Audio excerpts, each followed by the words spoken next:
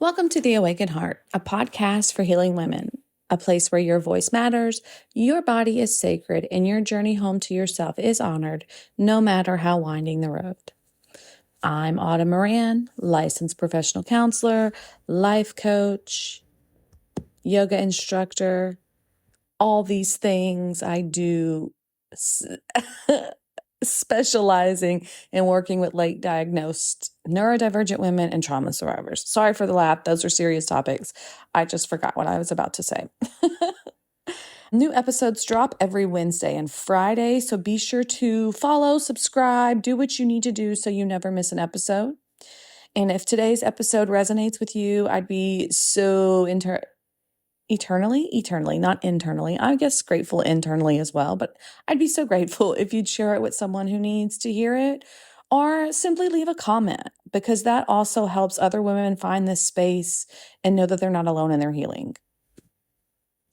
I couldn't decide which episode should be today's episode because I didn't know what order, but today I finally decided that I want to dedicate this episode to defining what love bombing is and how to avoid it. And Friday's bonus episode will focus on healing sexual trauma.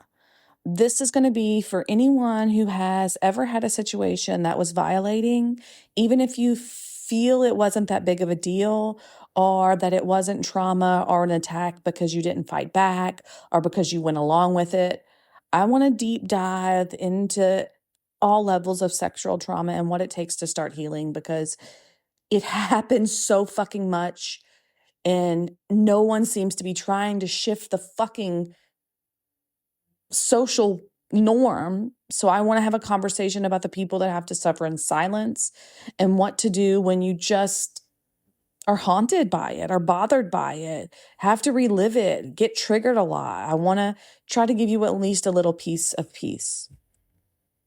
But today is about love bombing. So, have you ever met someone or within days or weeks, they're telling you that you are their soulmate, that they've never connected to anyone like this before, that you're so special, so different, so perfect, and it felt amazing up until it didn't. Maybe they were texting you constantly, because I want to be honest here, especially, I won't even use generational terminology. I'm just going to say in the dating world, it's like if we don't hit it off, if you're not texting me, if I'm not getting good mornings or good nights or all these lovey-doveys in text, then it's not a real connection. It's not real. And that is opposite of truth. That is not true. That is delusional. That is false, societal, stupid bullshit. Toxicity at its finest.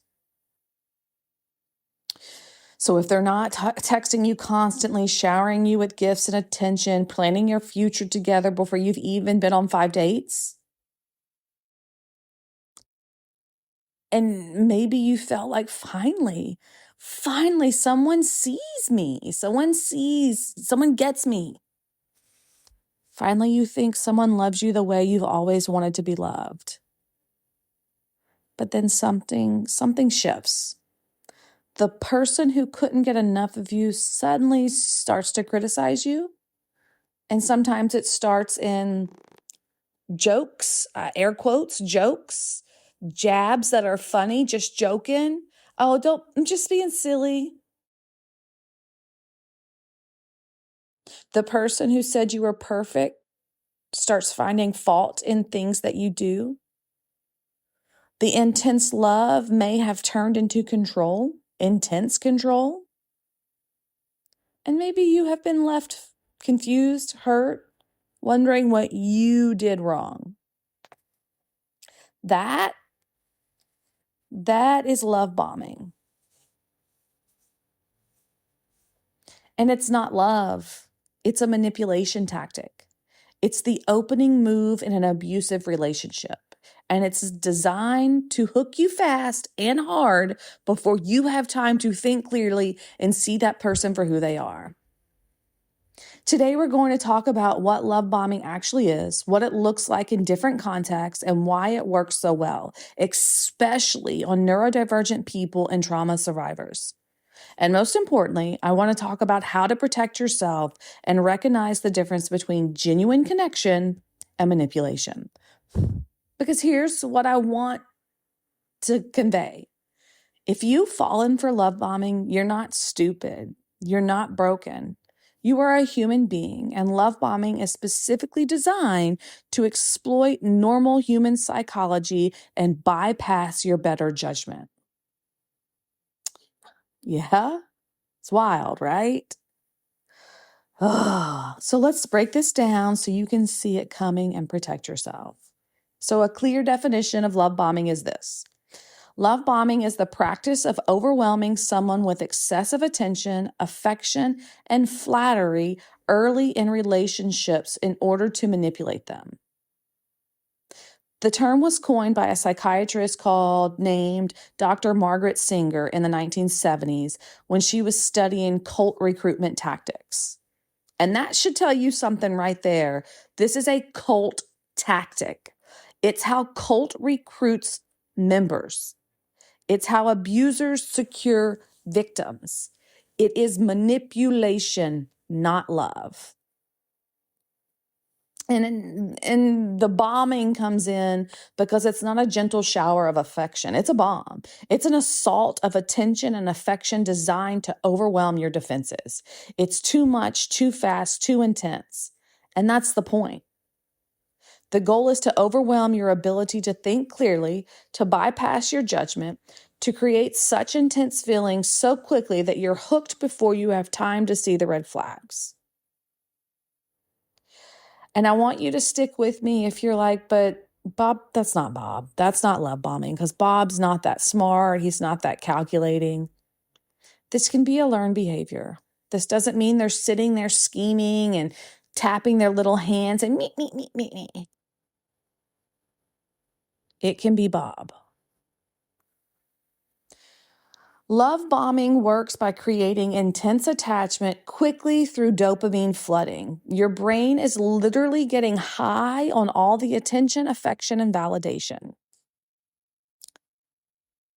Exploiting reciprocity.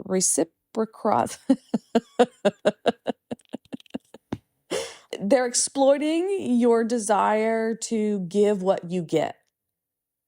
So essentially, they give you so much attention that you feel obligated to give it back, to match their energy, to prove you're worthy of all this love.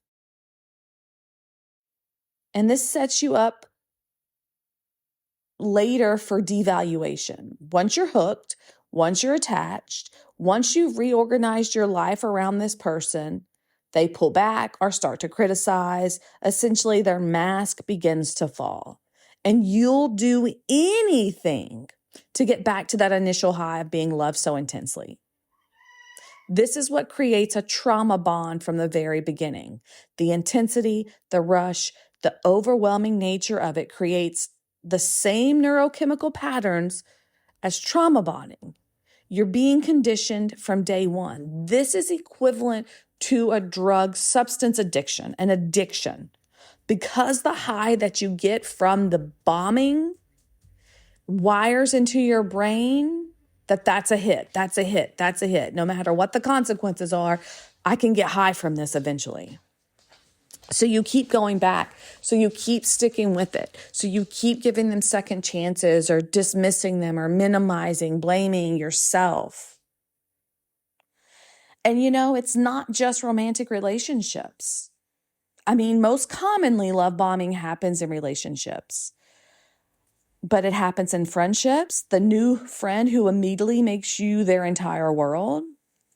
It can be in professional settings where the boss or mentor who showers you with praise and special treatment initially. Family dynamics, the parent who oscillates between neglect and overwhelming attention. And where the term originated from, simply it can be used in cult recruitment.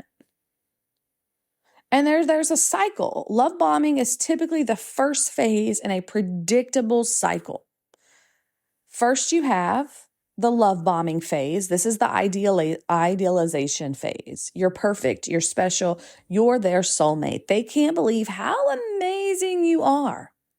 Everything about you is wonderful. And then I mentioned it earlier, but the second phase is devaluation. Once they've got you, the criticism starts. You're not as special as they thought. You're disappointing them. You're not meeting their needs. Suddenly, everything that was quote unquote perfect about you is now somehow wrong. This is where eggshell walking comes in. This is where you're monitoring your environment. This is when you walk in, gauging their mood to see how you would react. This is about not talking about things in order to not have conflict. And then they have the discard phase. They pull away entirely, or they leave, or they threaten to leave. You're devastated because you went from being worshiped to being discarded. And often they cycle back to love bombing when you try to leave or when they want something from you. The intensity comes back briefly. You think they do love me. It's back to how it was, and you stay. And guess what? That cycle then continues to repeat. This is an abusive pattern. This is a cycle of abuse, and it starts with love bombing. So what does it look like? Because we all have kind of very general ideas of what love bombing is, or can pull an example from a friend or your lived experience alone. But sometimes we're not really aware what love bombing is. So let's break it down, shall we? In romantic relationships, this is the one I hear all the time when clients come to me, and this is the first stage in meeting someone new. I know it's not going to last. I know it's going to be a hard time if it does last, because it's going to be cyclical, full of abuse. Constant communication from day one is the biggest red flag. They're texting you all day, every day. Convos are going. Everything's great. Good morning text, good night text, checking in throughout the day, talking about deep stuff, sharing things with you. And it feels good initially, like they're thinking about you constantly. And if you have an anxious attachment style, neurodivergent with hyperfocus, or a trauma survivor who just wants to be loved, this can feel like you finally got it. But it's also overwhelming. And if you don't respond quickly, they might get upset. They might not respond. They might, kind of, what am I trying to say? Stonewall you, stay silent for a little bit to kind of punish you. They get worried, or they start questioning you.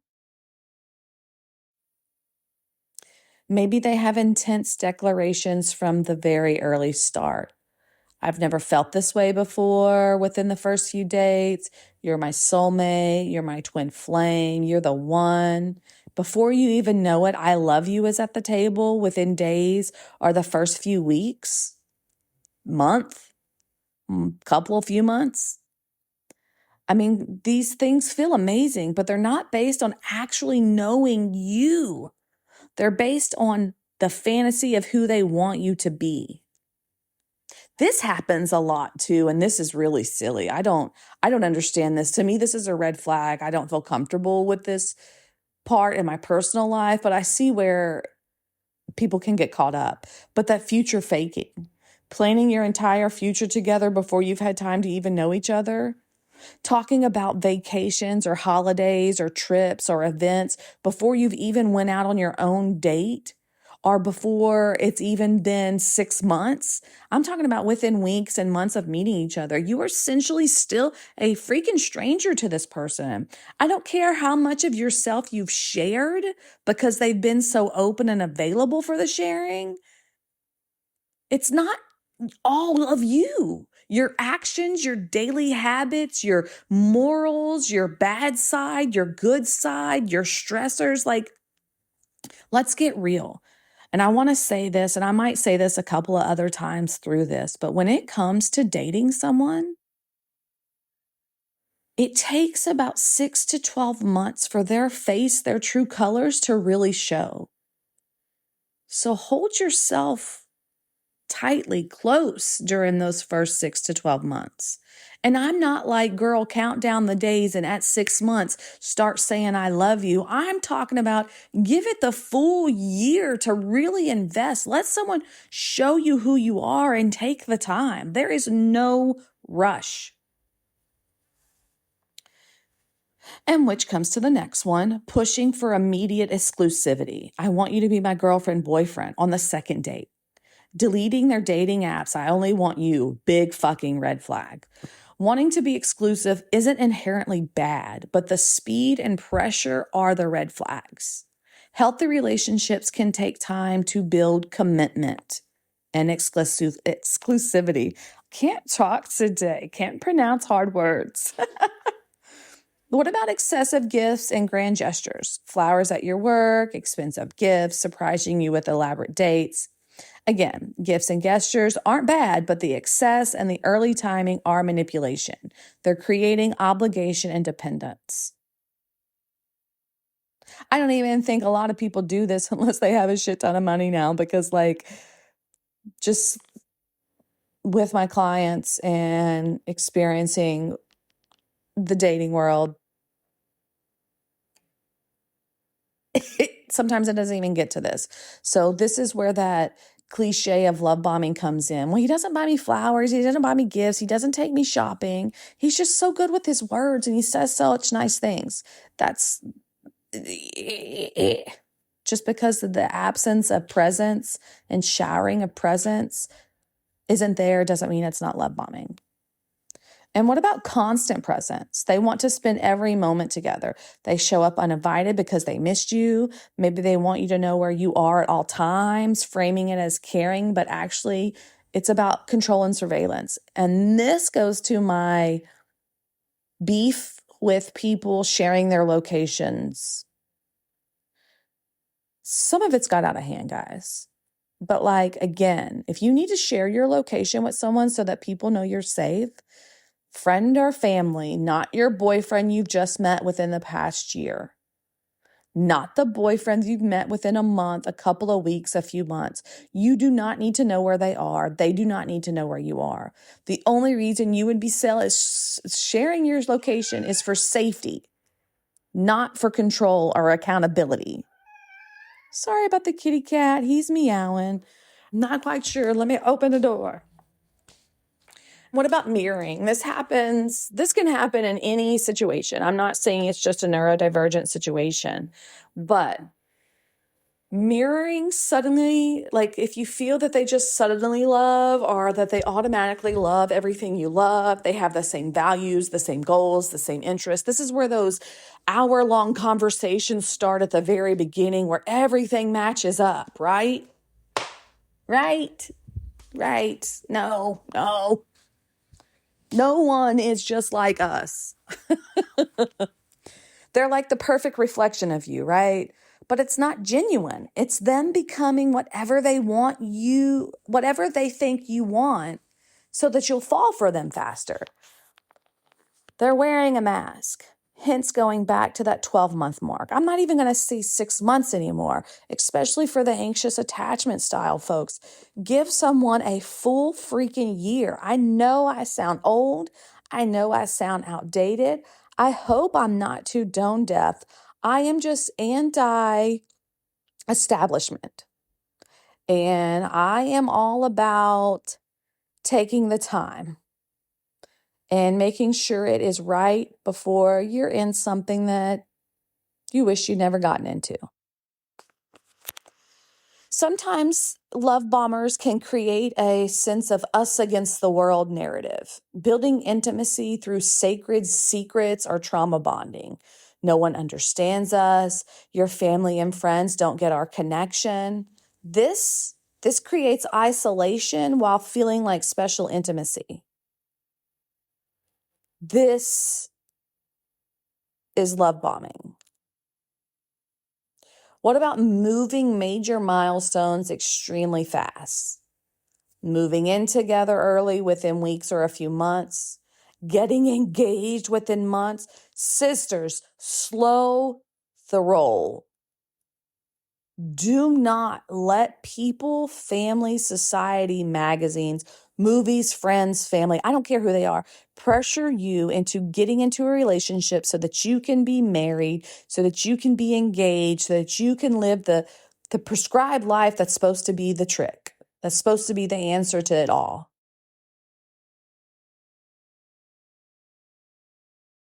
What about having a baby quickly or starting talking about babies? Like, ew. Major life commitments before you've seen them across different seasons and contexts, right? Like, you need to see how they act. So, like, sure, you're ready for a baby, but let's see how he treats a puppy.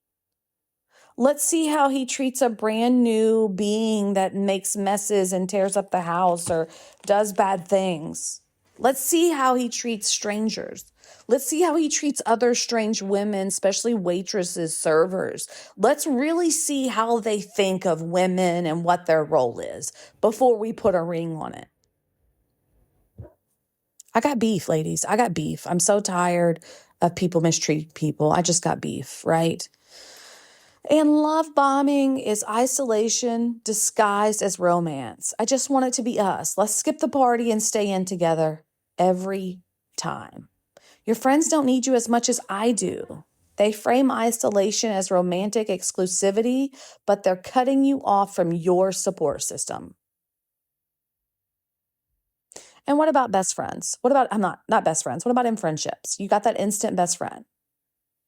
You're my best friend after one or two hangouts, immediately treating you like you have years of history together. Again, constant contact and demands is very big in love bombing. Whether they're texting all day, if they get upset if you don't respond immediately, wanting to hang out constantly, if you're busy with other people, they might get jealous or hurt. This happens in romantic too, and I just put it in friendship, but intense oversharing. Sharing deepest traumas and secrets right away and expecting you to reciprocate. I've seen this in romantic relationships, uptick in this lately where guys are sharing their vulnerable shit while love bombing. It's like they learned a new tactic that if they seemed or appeared vulnerable and soft, it makes them better. I don't know. Women do it too. I am not here to bash men. I'm just here to bash bad people that are treating people bad. Like, go to therapy, work on your shit, stop manipulating people and using them. Like, it's just fucking simple, right? But here we are on the other side of this, having to keep ourselves in check to stay away from the bad guys, right? Like, fucking world. All right, sorry. I am tangential. I've been doing this on a couple of episodes. We'll see if you like it or not. I'm sorry. I am just talking and sharing. Friendships and relationships, romantic ones, can make you their whole world, dropping all their other friends or family to focus on you, which feels flattering at first, but it's a red flag. They're showing you what they'll later demand from you, that you make them your whole world too. Yeah? Maybe in retrospect, you can see that cut play out, right? It's hard to see that up front. And I said it a little earlier, but they may be jealous of other friendships. They get upset when you spend time with friends. I thought I was your best friend. You like them more than me, creating competition and insecurity. So, what about in professional settings? So, professional settings is where like bosses or mentors, like I said earlier, shower you with praise initially. You're so talented. You're not like the other employees. I see so much potential in you. They may give you special treatment, special projects, extra attention, make you feel chosen, valued, and seen. Then later, they might use that investment that they had in you to demand loyalty. After everything I've done for you, you can't say no to this. Maybe they expect you to work unpaid overtime. Maybe they begin to violate your boundaries or prioritize their needs above your own well being. The initial love bombing was grooming. They were creating obligations so that they could exploit you later.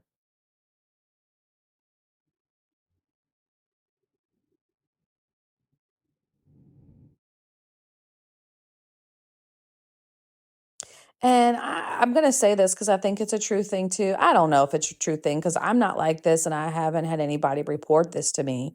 But also in like helping professions, therapists, coaches, counselors, things like that. Excessive availability, where you can text them anytime, even at 3 a.m., and they'll respond. My caveat is message me if you need anything. I will respond if I'm available, but if it is an emergency, dial 911. Call for help. I am not an emergency crisis line. Other ways they can be love bombing is where they can break professional boundaries in general. Like you're not like my other clients, you're special. Maybe they share too much personal information about themselves. Maybe they suggest that you're friends, not in a professional relationship. Maybe they make you feel chosen and special in a way that creates obligation. Then later, there's boundary violations, inappropriate relationships, financial exploitation, making you depend on them so you can't leave. So this goes back to my episode where it's like, how do you find a good therapist? Where are they all at? My other cat is meowing now. They're not kids. It's baby animals just walking around. Sorry. But I'll put a link in the show notes for that episode of questions to ask to find the right therapist. I think I found the right therapist. I've met with her twice and I used those questions and I talked with her and it was really nice. So like, again, red flags, because one of the questions in there, I believe, is about how much personal information you share. And that's a big thing for me. Like, I don't mind knowing personal stuff, or sometimes I might ask stuff of my therapist just to get to know them, but I don't need to know details of their daily lives or leave a session being able to recant their troubles. But in all contexts, love bombing includes too much, too fast, too intense, right? Plain and freaking simple. And I know it feels good. And I know it's a breath of fresh air to be just loved and seen and held and embraced and just someone want to just be around you and love you. I know that feels so good, but that's not real. That's not real love. It's just not. And if you're honest with yourself, it is too much. Even though you like it, there's a part of you that is aware that this is not right. This is too much. It's too fast. Overwhelming attention and affection, immediate deep connection claims, future faking and big promises, isolation from others, creating obligation and dependence, making you feel chosen, special in a way that bypasses your judgment. But what about love bombing versus genuine interest, right? This is the hardest part. Like, how do you tell the difference between someone who's genuinely enthusiastic about you versus someone who's manipulating you? Because the feelings can be similar and love bombing is designed to mimic genuine connection. So, genuine interest and healthy connections. Like, I want to break this down. When it comes to escalating, it is gradual when it's in a healthy environment, when it's in a healthy relationship.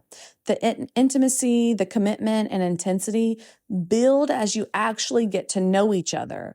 It doesn't start at 100 on day one. Another healthy connection is like when you say, this is moving too fast for me, or I need some space. I'm not ready for that yet. They respond with understanding, not pressure or upset. They adjust to your comfort level. Or you even have the ability to feel like you can say that without them getting upset. Maybe they've never gotten upset, but you've got some clues somewhere in you that tells you if you say, I don't want this right now, you could lose it all. In a healthy relationship, there's not even the implication that something's going to go wrong when you have boundaries. Another healthy connection is that they're actually interested in knowing you. They ask questions, they listen, they remember things you said. They're curious about who you actually are, not who they want you to be. They notice and appreciate your quirks and differences, not just the ways you match their fantasy. And now I know anyone can mirror you and be polite and love bomby, but for someone to notice your quirks and differences, that takes time. And they're asking questions about you, not your experience, not about what you would do, not about what you dream of, but about you. It's more than surface level or trauma dumping. They're comfortable with you having other relationships. They encourage you to maintain friendships and family connections. They're happy for you to have your own interest and they want you to have your own life. They want to be integrated into your existing life, not replace it, not be all of it, not be the driving force for your purpose for living. They can handle no without drama. When you set a boundary, disagree, or say no to something, they respect it. They don't pout, they don't guilt trip, they don't manipulate, or they don't push you for having their needs met. They don't keep asking, keep asking, and keep asking. They let it go. They understand. They respect. One of the things I say is actions and words. Are those lining up consistently over time? Is what they say and what they do aligning? Do they follow through? Are they reliable? And you can see this pattern over weeks and months. It's not just days. You need time to make sure that their actions support their words, because anyone can say anything, because words are who someone wants to be. Actions are who someone really is. Healthy people make you feel good and grounded. Yes, there's excitement and butterflies, but you also feel safe, calm. You may feel more like yourself, not less. You may feel grounded even in the excitement. And your gut may feel safe. This is important because underneath the excitement, your nervous system feels calm. There might be healthy nervousness about something new, but there's not persistent anxiety or dread.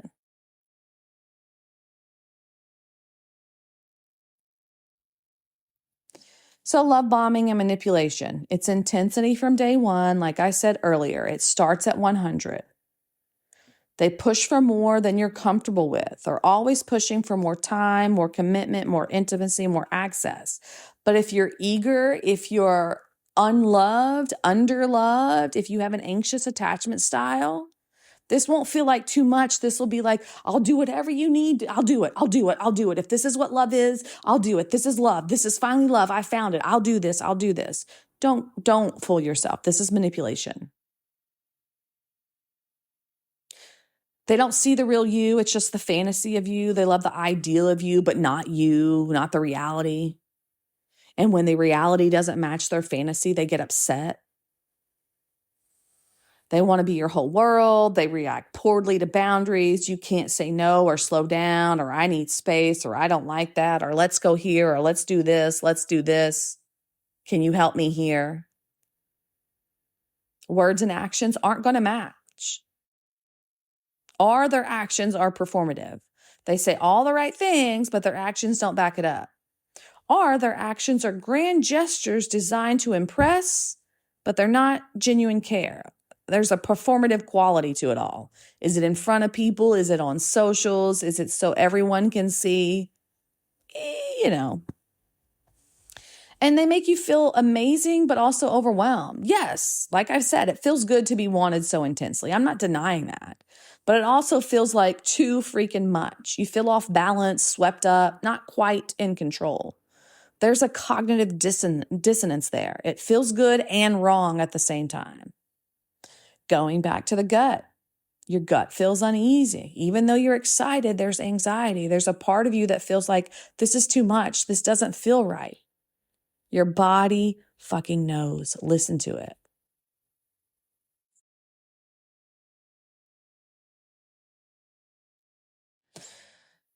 So what about the pace? Moving fast can be okay, but there's also red flag fast. If both people are feeling the strong connection and are mutually choosing to move forward, there's strong chemistry, you're still respecting boundaries, you're taking time to actually get to know each other in depth, people can slow down, but both people can slow down if one person needs to without drama or consequences.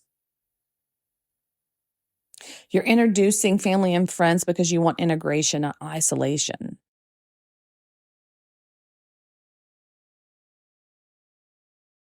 Too fast is when one person is pushing the pace and you're trying to keep up or you feel pressured.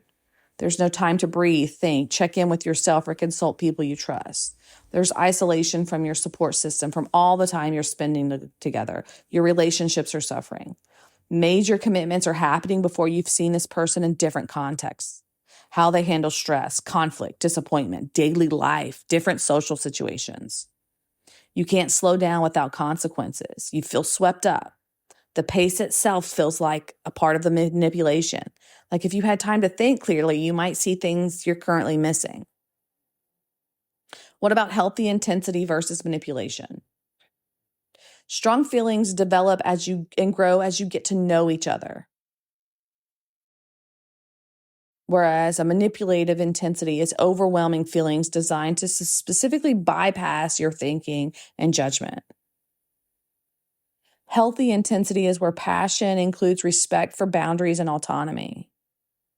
Manipulation ignores, overrides, and violates boundaries. Healthy intensity is excitement that doesn't override your judgment or better thinking, whereas the manipulative intensity is the excitement that makes you feel like you can't think straight, like you're in a fog. Healthy intensity means that big feelings that you both can talk about, reflect on, and regulate together happen all the time. Where if it's a manipulative tendency, big feelings are used to pressure you, guilt you, or make you feel like you can't say no. In a healthy situation, intensity is the connection itself, the emotional intimacy, the chemistry, the compatibility. In a manipulative intensity, it's all about control, controlling your time, your attention, your decisions, your life. Healthy intensity makes you feel alive and also safe, whereas manipulative intensity makes you feel overwhelmed, anxious, off balance, even while feeling excited. Healthy relationships build over time. You're learning each other gradually. There's space to think, breathe, and be yourself. And love bombing doesn't allow for that. It's designed to overwhelm so you can't think clearly. So why does love bombing work so well? You get the dopamine flood. Your brain is literally getting high. You're in a biochemical love coma. It creates intense attachment quickly. Normally, attachment develops over time through consistent positive interactions, but love bombing creates instant, intense attachment by overwhelming you with positive experiences all at once. You bond to this person before you even know them. That's trauma bonding. That's not a healthy attachment.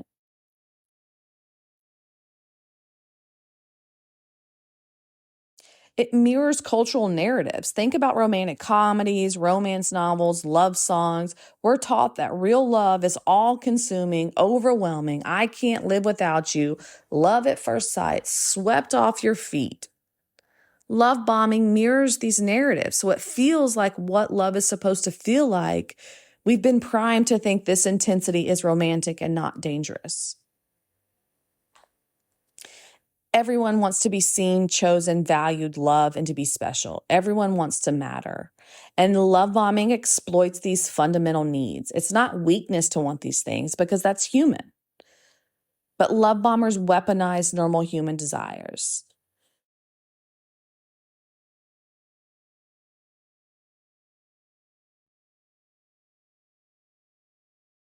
I mean, when you talk being neurodivergent, what about masking and people pleasing as a baseline?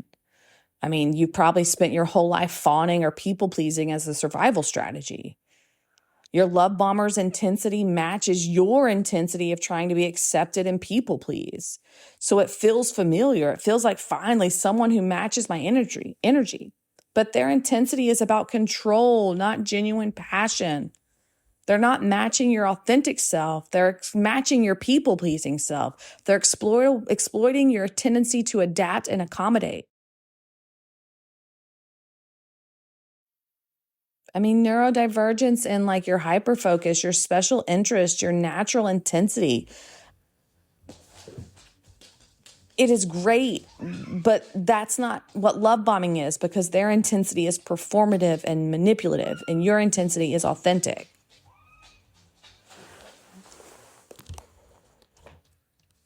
I mean, when it comes to trauma survivors, right? If you've experienced childhood trauma, chaos and intensity might feel like home to your nervous system. Calm, stable relationships might actually feel boring, wrong, or anxiety-inducing because they don't match what your nervous system recognizes as love. Maybe your nervous system was trained that love involves intensity, unpredictability, having to work for it, earning it. And love bombing activates those familiar neural pathways. It feels right, even though it's actually so dangerous. Because familiar feels safe to a traumatized nervous system, even when familiar is actually harmful. Your nervous system will choose familiar chaos before it will choose unfamiliar comfort. Then you have the attachment wounds. If you have the anxious attachment, fear of abandonment, need for constant reassurance, the intensity of love bombing feels like a deep connection you've been desperately crying for forever. Finally, right? If you have an avoidant attachment, the intensity might actually override your usual defensive. The love bombing is so overwhelming, it can get past your walls before you can stop it. What about the fawn response? If fawning is your trauma response, you're already primed to prioritize other people's needs and feelings over your own. You already people please. You already accommodate. You already make yourself smaller. So when a love bomber showers you with attention and then starts making demands, guess what happens? That fawn response kicks in. They gave me so much. I owe them. I need to make them happy. Their needs matter more than mine. This is love. I can do this. I'm asking too much. I'm being too much. You don't see it as manipulation because you're already doing this with everyone. It just feels like what you're supposed to do.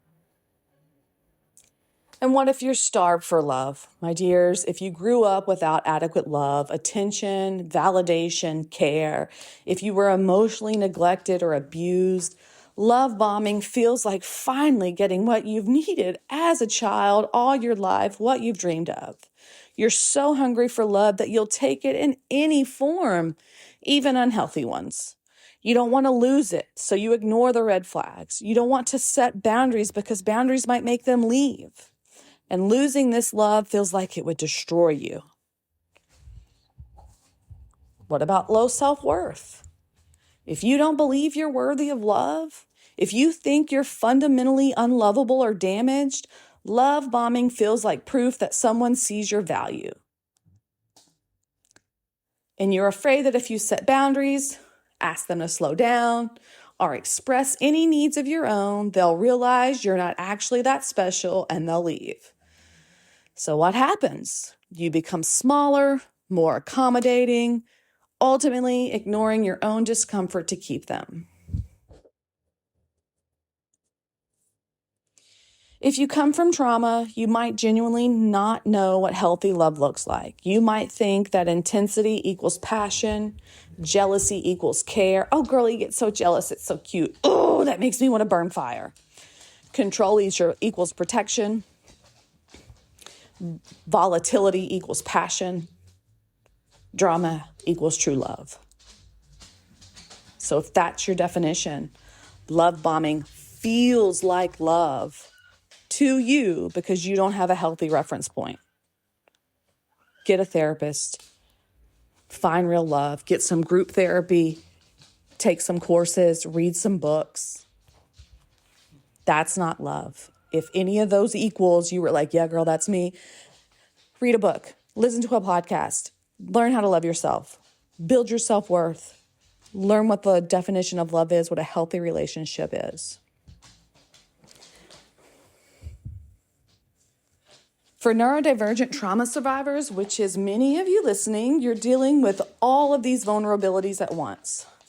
Maybe you have rejection sensitivity dysphoria, social inexperience, fawning, attachment wounds, and a nervous system that recognizes intensity as love. You're the prime target for love bombers, and that's not your fault. But it's why you need to be especially careful and intentional about building your awareness and protection strategies. This is about having dating rules for yourself. Nothing serious within the first year, no moving in, no saying I love you, no overnights until 3 months or beyond, no weekend trips away until 3 months or beyond. Like, let it happen slowly. So, I want to get practical. Here are some red flags to watch for and questions to ask yourself when you're in a new relationship and you're trying to figure out, is this healthy or am I being love bombed? What about pace? Are they pushing for commitment, labels, future planning, exclusivity? And if you're honest with yourself, is it faster than what feels comfortable to you? Is it faster than what you said you wouldn't do this time? Do they get upset, pouty? Oh, please, you want to go? You sure, please? Hey, babe, you sure you don't want to go? Hey, I'd really love for you to go. Are manipulative when you want to slow down or take time? Are they talking about your future together, moving in, marriage, kids, specific life plans, before you've been together long enough to actually know each other's different contexts and seasons? I don't care how old you are. You don't have to get married right away. You don't have to have kids right away. All this is squabblish. I don't want to be an old parent, or it's too late for me. I was in the store the other day and this woman was on her phone and she was like, could you imagine if I started my life over at this age? Bitch, I hope you do. If you're having a problem, if someone's abusing you, if you're not happy, start your life over. And you're not starting over. You're starting from a new place of awareness and self-love so that you can have a better life. I wanted to stop her and have a therapy session with her. Has it been less than 3 months and they're already talking about major life commitments? Maybe that's a good question. That's from all that. What's happened in 3 months or less? Have we talked about family? Have we talked about kids? Are we planning vacations? Are we planning holidays? Ugh. What about boundaries? Do they respect your no, or do they push, negotiate, pout, guilt trip, or find ways around it? Can you have time to yourself without them getting upset, jealous, or questioning of what you're doing? And this can be not overtly obvious. This is checking in when you go with your friends. You have to message them when you get there, when you leave. They don't let you spend time with your friends without you having to check in them or say you're okay. They have your location. They need to see you right after. Like, be fucking for real. They're not like, no, stop. Do they respect your other relationships, your friends and family, or do they get jealous, dismissive, or try to isolate you from them? Again, it's not obvious. I just want to be with you. I miss you so much. Can we just skip this one time? And then there's a pattern. Can you maintain your own interests, hobbies, and independent life, or do they want to be involved in everything?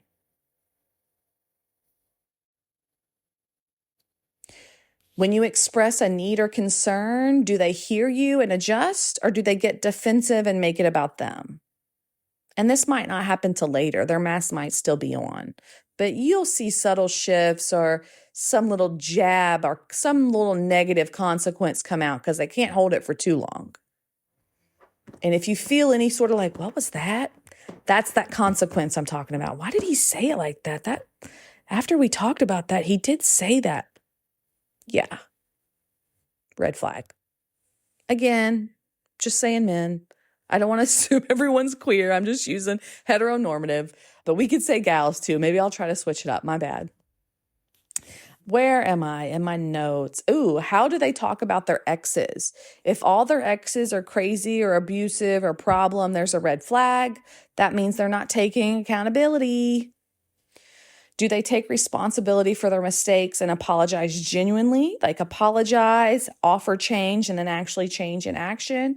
Or do they blame others, make excuses, or somehow make it turn around as if it wasn't a big deal, or you got offended, or you misinterpreted it in some way, or that's not how it was, i.e., gaslighting you? Have you seen them in multiple situations over time? Or has everything been a controlled, perfect bubble? What about how you feel? Do you feel calm and safe in your body around them, or anxious and on edge? Are you constantly second guessing yourself, questioning your perceptions, or feeling confused? Do you feel like you can be your authentic self, or are you performing, managing, walking on eggshells? Has your self-esteem gotten better or worse since meeting them? Healthy relationships improve your self-esteem, unhealthy ones erode it.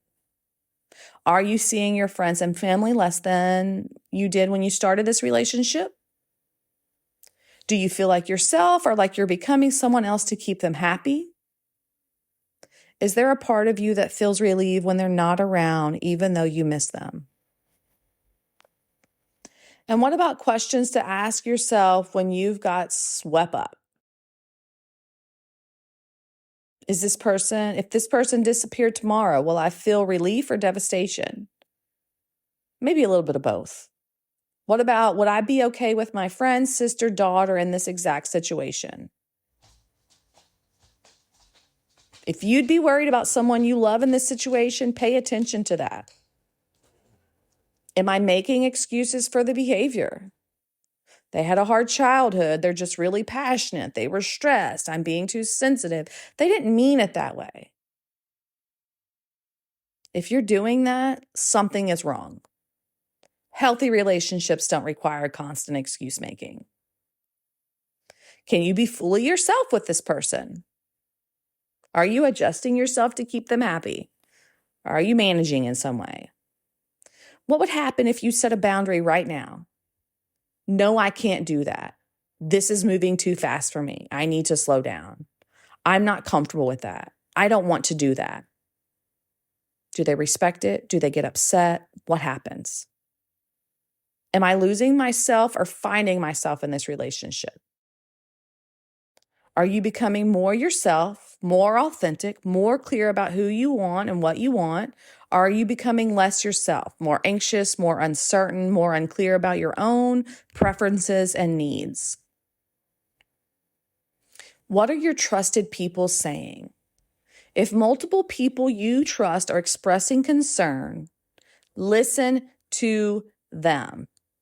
Love bombing often includes isolating you from people who might see clearly. So if you're pulling away from your people, or if they're expressing concern and you're getting defensive, that's information. Ask yourself, why am I afraid to slow this down?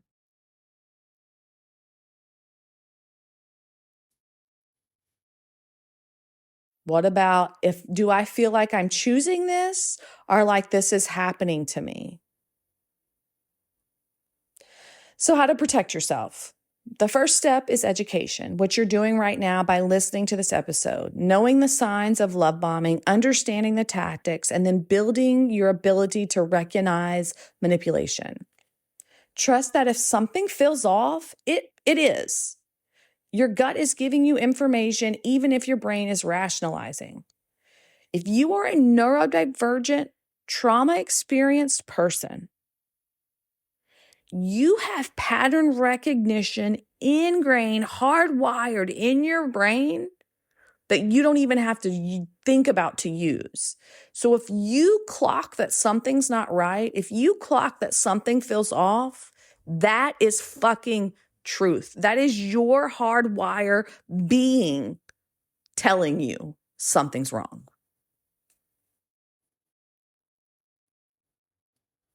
I want you to establish your pace and your boundaries before you start dating. Decide ahead of time what your comfortable pace is for relationships. Not what the world thinks, not what your friends are doing, not what's on the TV show, but what actually feels right for you. Examples. I won't say I love you until at least 3 months, and if I genuinely feel it, only if I genuinely feel it. I won't become exclusive until at least 1 to 2 months of dating. I won't move in with someone until we've been together at least a year. I won't meet someone's family until we've been dating at least 2 months. I need alone time and friend time weekly, even when I'm excited about someone new. Whatever your boundaries are, decide them in advance, write them down, tell a friend, be accountable. And practice saying, I'm really excited about this connection and I want to take it slow. Anyone who respects you will respect that. Anyone who doesn't is showing you who they are. And please, a crucial thing, do not isolate yourself no matter how much you want to spend all your time with this new person. I want you to make a rule that you maintain your regular friend hangouts, your family dinners, your therapy appointments, your social commitments, even when you want to cancel to see the new person, even when they're asking you to skip things with them. Keep your connections. Actively talk to your support system about your relationship. Don't hide things because you're afraid they'll be concerned. If you're hiding things, that's already information that something's wrong. Share what's happening, ask for their perspective, be willing to hear their concerns without getting defensive because you might not like it, but you might need to hear it.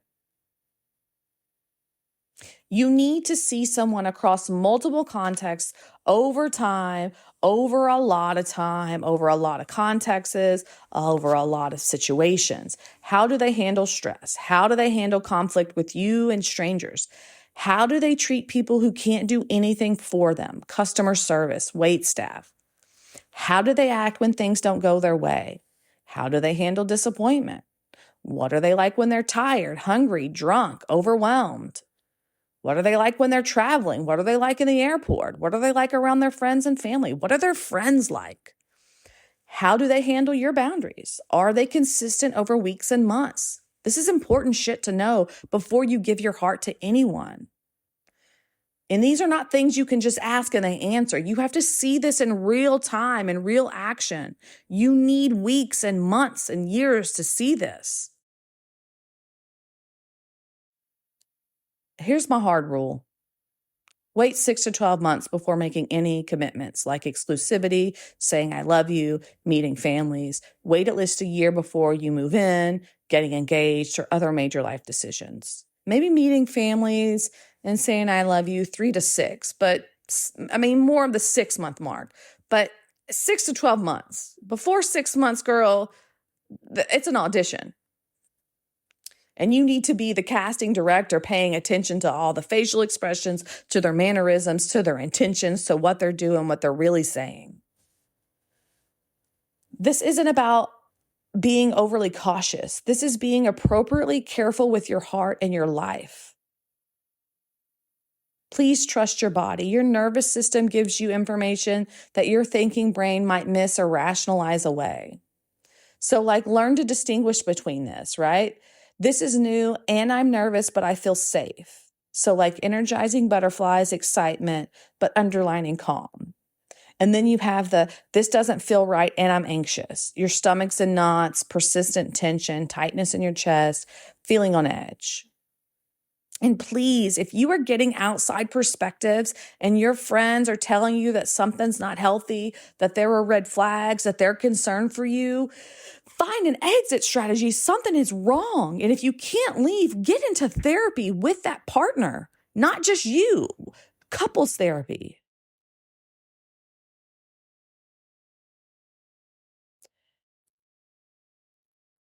It's a lot, right? I want everyone to do your work, do your trauma work, do your healing work, heal your attachment wounds, Build your self-worth, because the more you heal, the more you have a strong sense of self and self-confidence, the less vulnerable you become to manipulation. They won't even come in your atmosphere because you just don't vibrate like that anymore. Build your own self-worth outside of relationships. Bottom line, protecting yourself from love bombing requires slowing down, maintaining boundaries, keeping your support system, trusting your gut, and being willing to walk away from intensity that doesn't feel right, even if it feels like the best thing ever.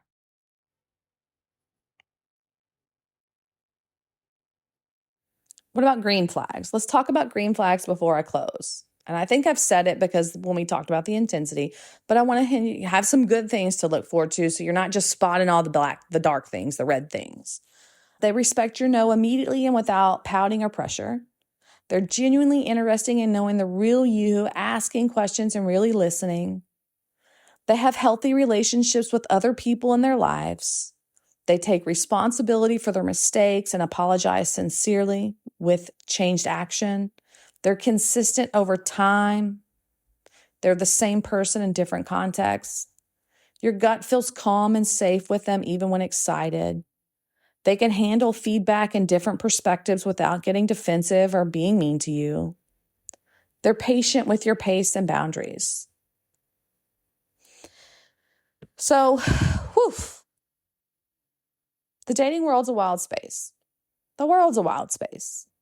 And if you're listening to this and you're realizing right now that you're being love bombed or that past relationships started with love bombing, I'm sorry. I'm so sorry you had to go through that. I'm sorry you're going through it. I know it's very hard.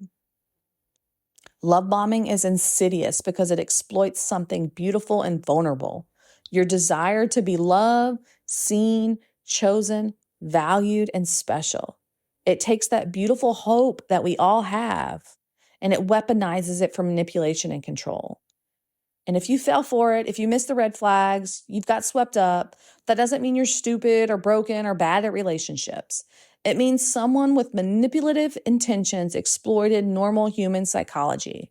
It means they were skilled at manipulation. It means you were vulnerable in ways that are understandable. Especially if you're neurodivergent or a trauma survivor, you were more vulnerable, and that's not your fault. You were targeted because manipulators look for people who are starved for acceptance, who have attachment wounds, or who are socially inexperienced, who are prone to people pleasing, who were targeted because you were vulnerable, not because something is wrong with you. But now you know what to look for. Now you have language for what happened. Now you can recognize the pattern. And now you can protect yourself moving forward. Real love doesn't need to rush. It can wait. It respects your pace, your boundaries, your need for time to actually know someone before making major commitments. Real love wants to know the real you, not just the version of you that's fantasized about. Real love doesn't require you to lose yourself, abandon your people, or ignore your gut. Real love helps you become more yourself, not less. Real love wants you to have boundaries because boundaries are what healthy people do. You deserve that. You deserve relationships that feel good and safe. You deserve to be seen, chosen, and loved in a way that doesn't require you to abandon yourself or override your better judgment. And if you're in a relationship right now where you're recognizing love bombing, where the red flags are appearing now that you're seeing clearly, you have choices. You can slow down. You can set boundaries. And you can leave if you want to, if you need to. I know it's scary. I know you're attached. I know the thought of losing this feels absolutely unfucking bearable. But I also know you cannot heal or build a real relationship with someone who started by manipulating you. The foundation is rotten and you deserve better. Trust yourself, trust your gut, trust the people who love you and see you clearly, and know that you are capable of building the kind of love that doesn't require you to lose yourself in the process. And if you are all alone in this world and you only have this manipulator to rely on, to depend on, to help you through life, I know how scary and how lack of choices that may feel. Please reach out to your resources. There's a national domestic violence hotline, 1-800-799-7233. 1-800-799-7233. Find a local domestic violence shelter in your area. They can help you have a place to stay. They can help you get education or work training. They can help you get housing, especially if you have kids, even if you don't have kids. It's not ideal. It's not the best, cushiest place, but it is a safe space to start if you are all alone. All domestic violence websites have a safe key. They aren't traceable. You can hit a button and it goes to something else if you're afraid of anyone seeing it. If you need help and you want to text someone for dating abuse, there is a text line called Love is Respect. Text Love is, LOVEIS, to 22522. If you need to talk to someone over text about dating abuse, text Love is, LOVEIS, to the number 22522. I'm wrapping it up now, my leers, my ladies, my dears, my leers. This was a heavy topic. If you have questions, reach out to me. If you need to speak with someone, get a coach, get a therapist, get a couples therapist, get group therapy, find a support group if the money's not there, if insurance is not there. I'd love to hear from you. If you've got a question, message me. If you want to help more women hear this episode and to help me support my podcast growth, please comment, please leave a review, because this helps me show up in searches, because I'm not in the algorithm game anymore. I got off of social media and I'm just trying to grow by word of mouth. There's also, if you want to work with me, I offer virtual therapy for women in Texas who are navigating trauma, neurodivergence, and life transitions. I offer life coaching internationally, anywhere in Texas or outside of Texas, that is specifically to help late diagnosed neurodivergent women unmask, accommodate, and find their way. If what I share on this podcast resonates with you and you're looking for personalized support, I'd love to work with you. Go to my link tree in the session notes. Click on it. Click on the 15-minute consultation, fill out the form, and let's talk for a free 15 minutes to see if we're a good fit. And then also on there, you can listen to some badass music that's all about empowering and loving yourself and loving your life. You can listen on Apple or Spotify. The playlist is called Divine Woman. Until next time, my dears, I want you to know that you are never too much. You are never too late. Never. And you don't have to figure it out all alone. I'll be right here every Wednesday and Friday. May you be happy and free. May our healing ripple outward to bless this world with happiness and freedom. Take care of you, and I'll see you soon. Bye-bye.